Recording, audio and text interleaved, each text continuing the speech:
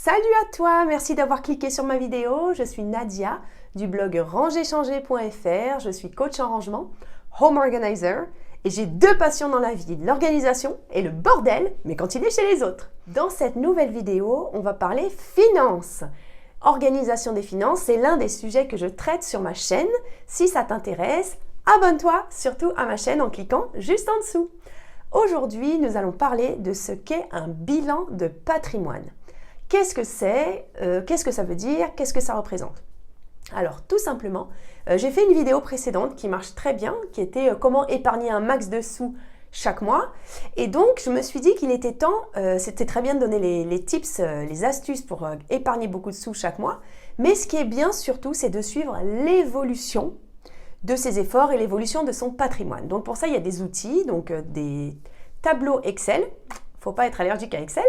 Que je vais te proposer dans cette vidéo qui sera très vraiment un tuto, donc vraiment ligne à ligne, où je vais t'expliquer comment calculer son budget mensuel, comment faire son bilan de patrimoine, c'est-à-dire la balance entre ses actifs et son passif, donc les possessions que l'on a, les crédits que l'on a, les dettes, voilà, et tout ça dans quel but? Alors bien sûr il y a un but, le but c'est de se dire que avancer dans la vie c'est augmenter son patrimoine.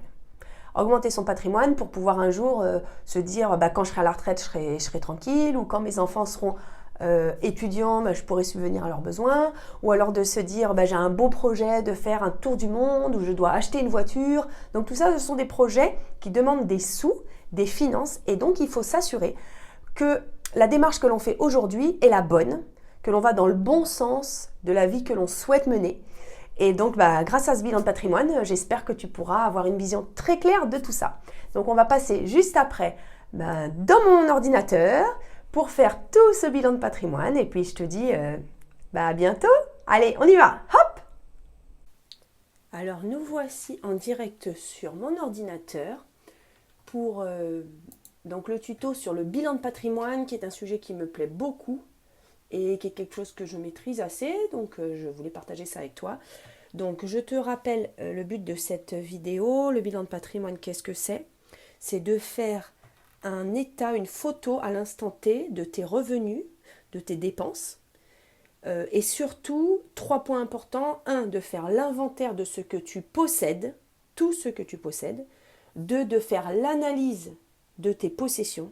Et 3, de faire des changements et des recalages en fonction de l'analyse. Donc là, on rentre dans le vif du sujet, donc les tableaux Excel. Alors voilà, je vais te montrer comment on fait un bilan de patrimoine. Donc, tout d'abord, il faut que tu ouvres un tableau Excel. Tiens, je vais plutôt mettre ça au milieu, ça va être plus joli. Voilà. Donc tu ouvres un tableau Excel. Et il va falloir que tu fasses l'inventaire déjà de tes revenus et tes dépenses. Ok ? Alors, si tu ne sais pas faire de tableau Excel, moi j'en ai fait un ici, là. Je vais t'expliquer un petit peu comment on fait. Donc, d'abord, toutes les entrées. Donc, tu marques salaire 1. Moi, j'ai mis salaire 1, salaire 2, parce que pendant longtemps, j'ai eu 2 activités salariées. Donc, salaire 1, tu dis combien tu touches. Moi, j'ai mis ça, c'est pas mes vraies dépenses à moi. Hein. J'ai fait quelque chose d'arbitraire. Voilà, j'ai fait quelque chose d'arbitraire, tu vas voir dans le bilan de patrimoine. C'est quelqu'un qui a plein de sous, mais autant faire un exemple avec quelqu'un qui a plein de revenus. Et un bilan de patrimoine important, c'est plus sympa. Donc, dans les entrées, c'est tout ce qui rentre sur les comptes bancaires à la fin du mois. Donc, il y a les salaires, si on est salarié, salaire 1, salaire 2. J'ai mis ticket resto, parce que pour moi, ticket resto, ça permet de dépenser de l'argent. Moi, je le mets en revenu, en entrée. Activité 1, activité 2, c'est si tu as des activités non salariées. Par exemple, si tu es auto-entrepreneur sur une activité de service, ou si tu fais de la vente à domicile en réunion, je sais pas, les réunions de Tupperware, les réunions de H2O pour vendre les chiffrons en microfibre, les choses comme ça. J'ai mis la CAF si tu touches des allocations familiales. Autre, ça peut être par exemple si tu as des revenus de la bourse. Si tu as des revenus, je sais pas moi, de tes parents, si tu es étudiant puis que tes parents ils te versent 200 € tous les mois, ou si tu as, voilà, je sais pas, si tu as une rente, tu peux avoir une pension alimentaire aussi si tu es une femme seule ou un homme seul et que tu reçois une pension alimentaire. Donc après, à toi de voir comment faire. Et tu marques ici d'en haut, tu marques autre chose. Donc ensuite, total des entrées. Donc pour faire un total, pour faire une somme dans Excel, tiens, je vais enlever ça. On double-clique sur la case, on fait égal, somme, moi j'écris somme, il y a plus court, mais je fais comme ça, petite parenthèse. Et là, on clique gauche sur toutes les cases pour lesquelles on va faire la somme. Je ferme ma parenthèse et je fais entrer. Voilà, donc ça me calcule la somme de tout ça. On peut aussi, faire comme ça là. Clic gauche sur la première case, je reste cliqué, je descends et en fait, en bas à droite du tableau Excel, il y a marqué somme égale 2820. Ici, là. Là, somme égale 2820. Voilà. Et après, on peut taper à la main ici 2820. Donc, voilà, d'abord, on fait les entrées. Donc, c'est les entrées du mois, tout ce qu'on touche par mois. Ensuite, les sorties. Donc, les sorties, moi, j'appelle ça aussi les besoins. Ça fait un peu plus joli que les sorties. Alors, je vais marquer les besoins. Mais en réalité, c'est les dépenses. Hein. Ceci est juste un euphémisme. Donc, j'ai mis un poste qui s'appelle maison. Donc, la maison, il y a le crédit ou le loyer. Tu remplis. Les charges. Si tu es propriétaire, c'est les charges de copro. Mais il y a toujours les mêmes charges. On paye l'eau, on paye le chauffage. On peut séparer eau tout seul, chauffage tout seul. On peut vraiment aller très, très, très en profondeur pour analyser. Ensuite, impôts, taxes d'habitation, impôts, taxes foncières, électricité, assurance, etc. Je ne vais pas détailler énormément comment on fait un budget mensuel parce que ça sera l'objet d'une autre vidéo. Hein. Mais donc, il faudrait que tu fasses tout ce que tu dépenses dans ta maison. Sinon, tu peux faire une seule ligne. Tu fais maison, je dépense 1000 balles. Nourriture, je dépense 50 euros ou 500 euros. Pour les enfants, moi, j'ai mis un 882. Voilà, c'est vraiment des chiffres que j'ai mis aléatoires, mais qui correspondent à des dépenses crèche, école, cantine, garderie, centre de loisirs, les couches, la pharmacie, la mutuelle, etc. Le véhicule, l'essence, l'entretien du véhicule, l'assurance, voire autre, s'il y a du lavage tous les mois prévu, s'il y a quelque chose, voilà, les dépenses du véhicule. Et ensuite, toutes les autres dépenses, donc j'ai mis crédit conso, je sais pas, ou crédit voiture, téléphone portable, des abonnements, par exemple des abonnements à des magazines, des abonnements à des choses en ligne. J'ai mis les dons, salle de sport, l'épargne, les imprévus, mais il peut y avoir encore des milliards d'autres dépenses auxquelles je ne pense pas. Le but, c'est de prendre, en gros, son relevé de banque sur les 6 derniers mois et de lister tout ce qu'on a dépensé. Tout, et de l'inclure dans des cases. Et voire même de créer des cases. Quand on a une dépense, par exemple, je sais pas moi, cadeau. Est-ce que tous les mois on fait des cadeaux voilà. Si on a un virement, par exemple, si on paye une pension alimentaire, j'ai parlé ici dans les entrées si on reçoit une pension alimentaire, mais si on en paye une, ça va dans les dépenses. Donc on le mettra en bas, pension alimentaire. Et ensuite on fait le total des dépenses, donc total besoin. Donc j'ai fait égal, somme, ouvrir la parenthèse, et j'ai fait la somme de tout ce qui va dans les dépenses. Hein, donc c'est aléatoire, enfin c'est pas aléatoire, pardon. Je veux dire, j'ai rempli ça au hasard, ce ne sont pas mes vraies dépenses. Mais j'arrive sur ce modèle à des besoins, on va mettre total besoin dépenses pour que ce soit plus clair. Voilà. De 2799,36 €. Donc la personne ou le foyer dépense 2799,36 € et rentre 2820 €. Donc, la différence, en gros, c'est ce qui rentre moins ce qui sort. Donc, la case C10 moins la case C43, la différence, ça fait 20,64 €. C'est-à-dire qu'il ne reste que 20,64 € à la fin du mois pour mettre de côté ou pour un petit imprévu. Donc, c'est vraiment des tout petits imprévus. Parce que là, la personne, elle a en épargne que 150 € et en imprévu 30 €. Donc, il ne faut pas casser la voiture et qu'il y ait besoin de 4000 € de dépenses. Voilà, donc ensuite, cette personne, on va voir que son patrimoine et son bilan de patrimoine. Alors, je me rends compte que mes exemples ne correspondent pas forcément à mon budget mensuel, mais enfin bon, on s'en fiche, hein, c'est la démarche qui est bonne. Donc ici, j'ai remis les revenus de la personne. Alors attends, c'était 2820, hop, voilà, les revenus de la personne, c'était 2820 €. Hop. Merci le Mac. 2820 €, c'était ses revenus. Ses dépenses. Est-ce que c'était bien 2649 dépenses. Hop. 2799,36. Alors, 2799. Il y a plus simple, c'est-à-dire qu'on peut mettre ici directement incrémenter le fait que cette case égale la case d'avant. Bon, je ne rentre pas dans les détails d'Excel parce que ce n'est pas un tuto Excel en fait. Donc, j'ai pas envie de rentrer dans les détails d'Excel. Et l'épargne, 150 €. Donc, les revenus de la personne ou du foyer, les dépenses et l'épargne. Et là, on passe vraiment dans ce qui est le bilan de patrimoine. C'est-à-dire, qu'est-ce qu'il possède dans la vie? Qu'est-ce qu'il possède? Qu'est-ce que la personne possède comme bien? Des biens, c'est des choses matérielles. Ça peut être des choses immatérielles. Par exemple, quelqu'un qui possède des tableaux de valeur qui ont une valeur qui augmente au fur et à mesure des années, c'est un actif, c'est-à-dire que c'est un bien, c'est une possession. Si tu as un tableau, bon, je ne vais pas dire un Rembrandt ou un Monet, mais si tu as un tableau d'un artiste même contemporain que tu as acheté par exemple 2000 euros et tu sais que la cote de cet artiste augmente, monte régulièrement et que ce tableau vaut peut-être 3000 euros, bon, bah, en réalité c'est un actif, c'est-à-dire c'est un bien qui peut rapporter de l'argent, tu peux le mettre dans ce tableau-là. Mais tout le reste, on ne met pas. Donc, je vais t'expliquer un petit peu. Donc, les actifs, il y a 4 grandes catégories d'actifs. Il y a les actifs immobiliers, c'est-à-dire la pierre, les maisons. Les actifs liquides, c'est les liquidités, c'est l'argent liquide. La bourse et les placements à long terme. En fait, les placements à long terme et la bourse, c'est de l'argent, mais on ne le gère pas de la même manière. Donc, les actifs immobiliers, qu'est-ce qu'il peut y avoir? La résidence principale, la résidence secondaire ou les résidences secondaires, et j'ai mis appartement locatif, bon, résidence, investissement locatif en gros.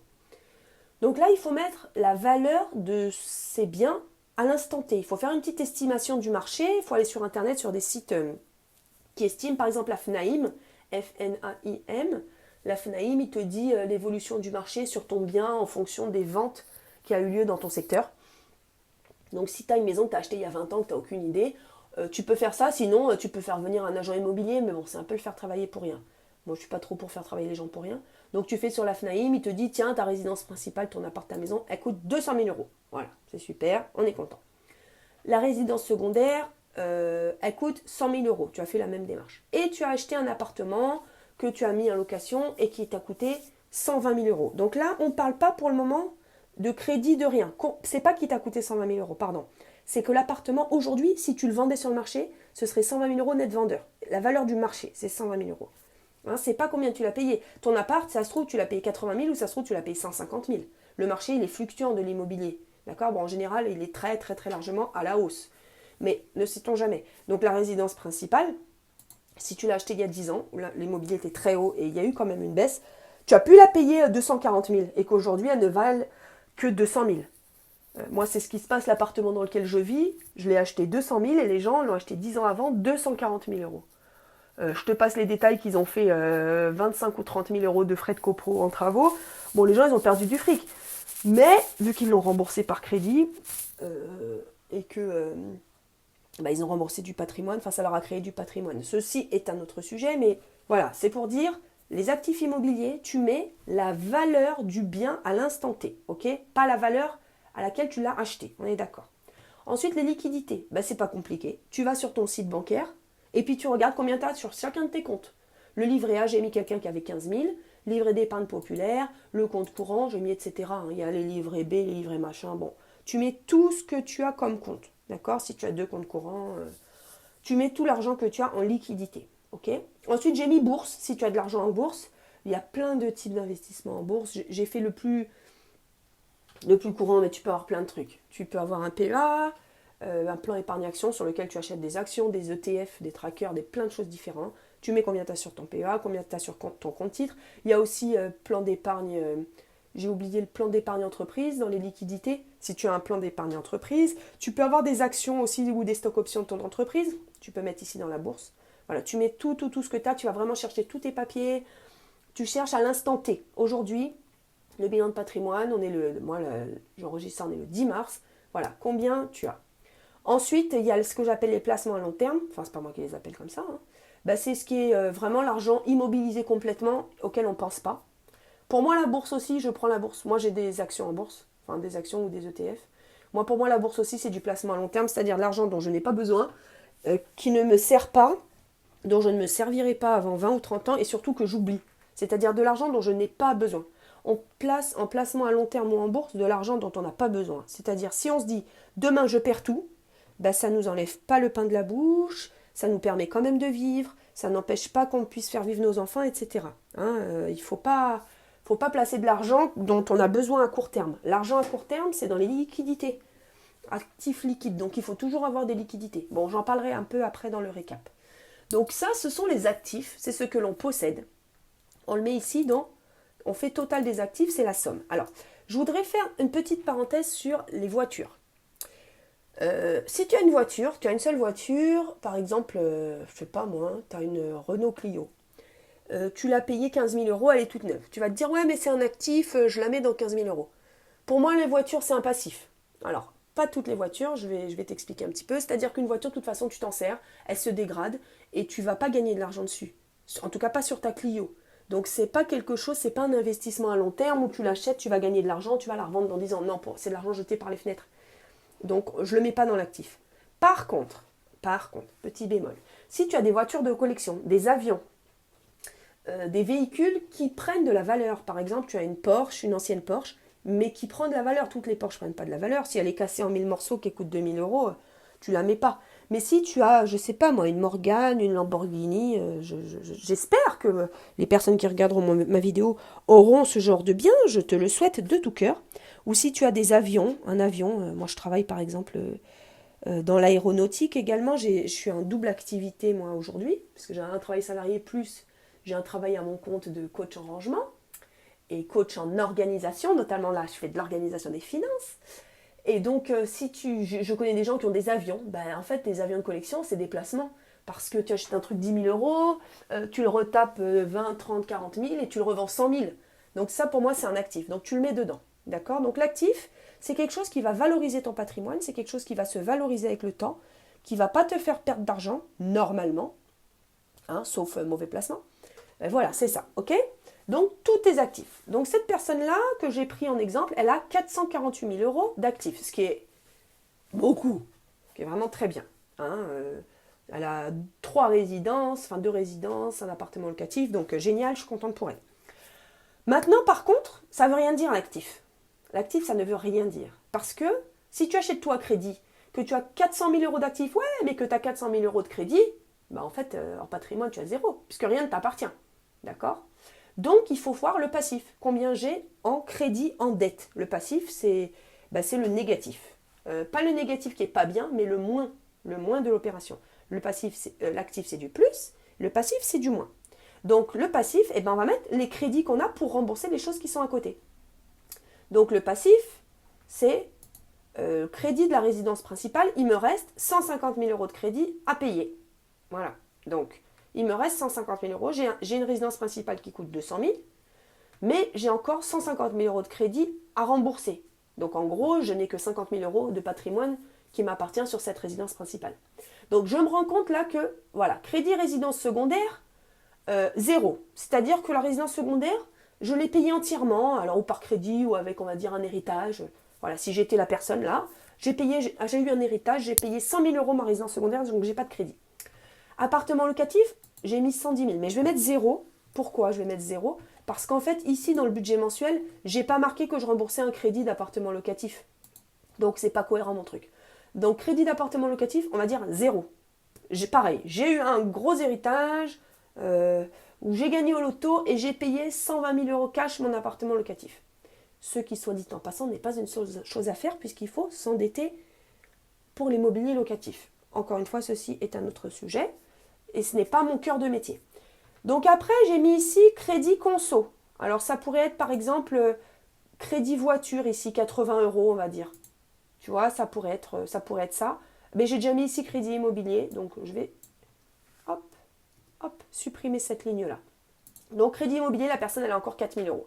Ce qui veut dire qu'en passif, là j'ai marqué la somme du passif, donc la somme de tous les crédits, c'est 154 000 euros. Donc la personne, elle a 448 000 euros de patrimoine, d'actifs, 448 000 euros d'actifs, et 154 000 euros de passifs, donc en gros de dette, quoi. Donc, pour savoir quel est son patrimoine, quelle est la valeur de ce qu'elle possède vraiment, on fait la différence entre les deux.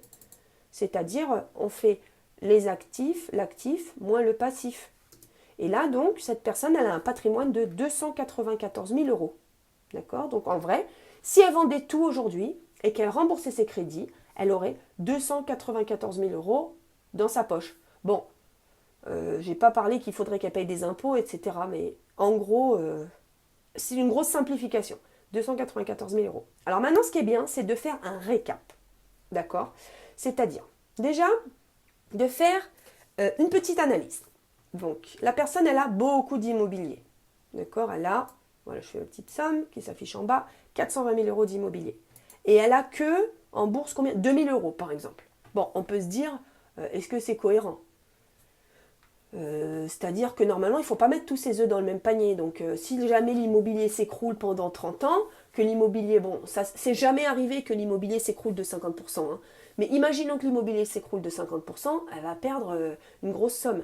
Alors qu'il vaut mieux quand même répartir un petit peu ses actifs. Donc elle peut se dire, bon, bah, j'ai trop d'immobilier, peut-être je peux vendre mon appartement ici et puis placer en bourse. Ou alors elle peut se dire, tiens, j'ai un projet d'acheter quelque chose, en liquidité je n'ai que 18 000 euros, mais je dois acheter une voiture par exemple, une nouvelle voiture, je ne peux pas prendre de crédit. Bon, est-ce qu'il ne faut pas que j'augmente un petit peu mes liquidités, que je vende quelque chose ici? Ou que je débloque mon assurance vie si elle a plus de 8 ans, du coup je paierai moins, la fiscalité sera plus agréable. Est-ce que je peux débloquer un peu de l'argent de l'assurance vie? Voilà, se poser les questions. Est-ce que j'ai pas tous les œufs dans le même panier? Est-ce que ça correspond à mon train de vie, les liquidités que j'ai? Est-ce que ça correspond à mes besoins à court et moyen terme? Et est-ce que mes besoins à long terme sont couverts? Les besoins à long terme, donc c'est placement long terme. La bourse, pour moi, c'est du long terme. Il y a des gens qui font du day trading, c'est-à-dire qu'ils font de la bourse tous les jours, ils achètent, ils revendent. C'est considéré comme des revenus, je dirais, à court terme. Mais bon, moi, c'est pas comme ça que je vois la bourse. Et donc la personne, voilà, doit se poser des questions sur tout ça. Sachant que l'immobilier aussi, pour moi, c'est du placement à long terme. Donc ensuite, on fait un récap. Alors, je vais changer mes valeurs, parce que comme j'ai changé ici, c'est 154 000 euros d'actifs. Non, de bilan de patrimoine. Bon, c'est pas très important. Passif, j'avais 150 en résidence principale et 4 000. Donc, immobilier en passif. Voilà. J'avais ici 150. Voilà. 150, je modifie mes valeurs. 150 000 ici. En actif 448, total passif 154 000. Hop, j'avais 154. Voilà, 154 000. L'actif, on regarde bien, j'avais 448 000, sachant que je vous dis le plus simple, ce serait que je fasse égal ici dans la case, égal, et je mets égal directement à la case d'à côté. Bon, j'ai pas fait ça. Voilà, c'est parce qu'en fait, j'ai bougé un petit peu ces valeurs dans le bilan de patrimoine là. Donc l'immobilier n'a pas bougé, les liquidités. Ok, donc voilà ce que j'ai fait. J'ai considéré qu'aujourd'hui, on va faire cette ligne en jaune, nous sommes le 31 janvier 2020, ce qui n'est pas le cas, hein. On est le 10 mars 2021, mais bon. Voilà, donc la personne en immobilier, elle a bien 420 000 euros. On regarde ici, c'est ce que j'avais fait. Hop, 420 000 euros. Ensuite, elle a donc 18 000 euros de liquidité, elle a 2 000 euros en bourse et elle a 8 000 euros de placement à long terme. J'ai mis arbitrairement une autre date à laquelle elle avait fait un petit bilan de patrimoine pour voir l'évolution. Ce qui est intéressant dans ce récapitulatif, c'est de voir est-ce que j'ai une évolution positive ou négative de mon patrimoine. Parce que ça ne se voit pas très facilement. Si on n'analyse pas combien de crédits il nous reste, la valeur de notre patrimoine à l'instant T, donc un appartement, est-ce qu'il a pris de la valeur, est-ce qu'il en a perdu? On ne peut pas savoir en fait combien on a de patrimoine. Moi, avant de faire ça, je ne savais pas. Je ne savais pas. Après, j'ai pas grand-chose, hein. Moi, j'ai juste un appartement sur lequel j'ai un crédit. Mais je ne savais pas combien j'avais sur tel compte, combien j'avais en bourse, combien... honnêtement, c'était pas ma came. Et je trouve quand même que c'est intéressant, ne serait-ce que pour se dire est-ce que je fais les bons choix, et puis pour se rassurer aussi pour l'avenir, pour se dire ah bah tiens, j'ai quand même un petit peu de sous, un petit peu de patrimoine. Bon, voilà, ça fait toujours plaisir quand c'est positif. Donc, voilà la personne ce qu'elle a en immobilier, en liquidité, en bourse, en long terme. Donc, c'est son actif 448 000, son passif 154 000. Je vérifie une dernière fois, c'est ça. Donc, total du patrimoine, on est d'accord, c'est l'actif ou le passif. Alors, ça peut être négatif, hein. Ça pourrait être négatif. Quelqu'un qui a trop de crédit, bah, qui vit au-dessus de ses moyens, par exemple. Quelqu'un qui aurait, par exemple, en actif 300 000 euros, qui a juste un appartement, par exemple. Bah tiens, je vais prendre l'exemple que j'ai dit tout à l'heure des gens qui ont acheté l'appartement avant moi. Ils avaient acheté l'appartement 240 000 euros. Disons qu'il l'est entièrement emprunté, d'accord? Ils ont 240 000 euros de crédit. C'est leur seul crédit, c'est leur seul passif, c'est 240 000 euros. Mais l'appartement aujourd'hui, il ne vaut que 200. D'accord? Imaginons ça. Et bien en fait, la totalité de leur patrimoine, donc là je tire, pour ceux qui ne connaissent pas Excel, pour tirer la formule. La formule, c'est bien l'actif moins le passif. Et bien en fait, ils sont à moins 40 000. C'est-à-dire qu'ils ont un patrimoine, ils sont endettés. Ils sont à moins 40 000, ils ont 40 000 euros de dette. Ils n'ont pas de patrimoine. Ils n'ont que de la dette. Vous voyez? Tu vois là? Donc, c'est possible d'avoir un patrimoine qui est négatif. Donc ça, c'était un exemple. Hop, je retire cet exemple parce que c'est moche la dette. Hop, enfin la dette c'est beau, mais le patrimoine négatif c'est moche. Donc voilà, donc là je t'ai fait un exemple de la personne là, elle a un patrimoine de 294 000 et elle avait, ouais mes chiffres là n'importe quoi, on va dire 152 000, hop, et elle avait 284 900 de patrimoine quelques mois avant. Donc l'évolution par rapport à la période moins 1, c'est-à-dire la période précédente, elle a gagné 9 100 euros de patrimoine. Tu vois, elle a gagné 9 100 euros de patrimoine. Ce qui ne se voit pas à l'œil nu si on ne fait pas ça. Alors, on peut faire une simulation. Par exemple, on va dire le 30 juin de la même année. Le 30 juin de la même année, on va dire que l'immobilier n'a pas bougé. Parce que, on ne va pas exagérer, on ne va pas rajouter non plus. Il ne faut pas surestimer, c'est bien, sinon ça fausse le bilan de patrimoine. Hein. Les liquidités, au lieu de 18 000, peut-être qu'elle aura mis 1 000 euros de côté. Donc, on va mettre 19 000. La bourse, elle aura peut-être mis 500 euros de plus, donc on va mettre 2500. Ou alors il y a eu une valorisation de ces actifs et de ces placements bancaires, de ces placements boursiers, qui font qu'ils sont passés de 2000 à 2500. Placement sur le long terme, si la personne elle met, je sais pas, 100 euros par mois, on va dire elle est à 8600. Elle est à 8600 sur...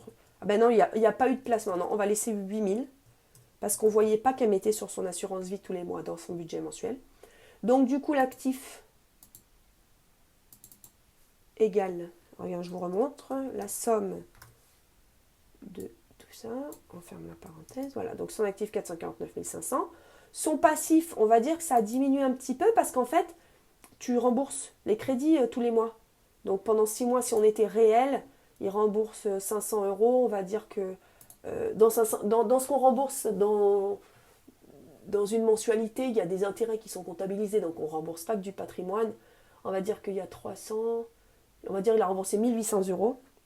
Donc on va faire 154 000 euros moins 1800 euros de crédit qu'il a remboursé hors intérêt. D'accord, il a remboursé du capital. Donc ça veut dire qu'il a moins de dettes. Quand on rembourse du crédit, ben on a moins de dettes. Et donc maintenant, la totalité de son patrimoine, c'est donc l'actif moins le passif. Il est à 297 000, alors qu'il était avant à 294. Donc l'évolution sur la période,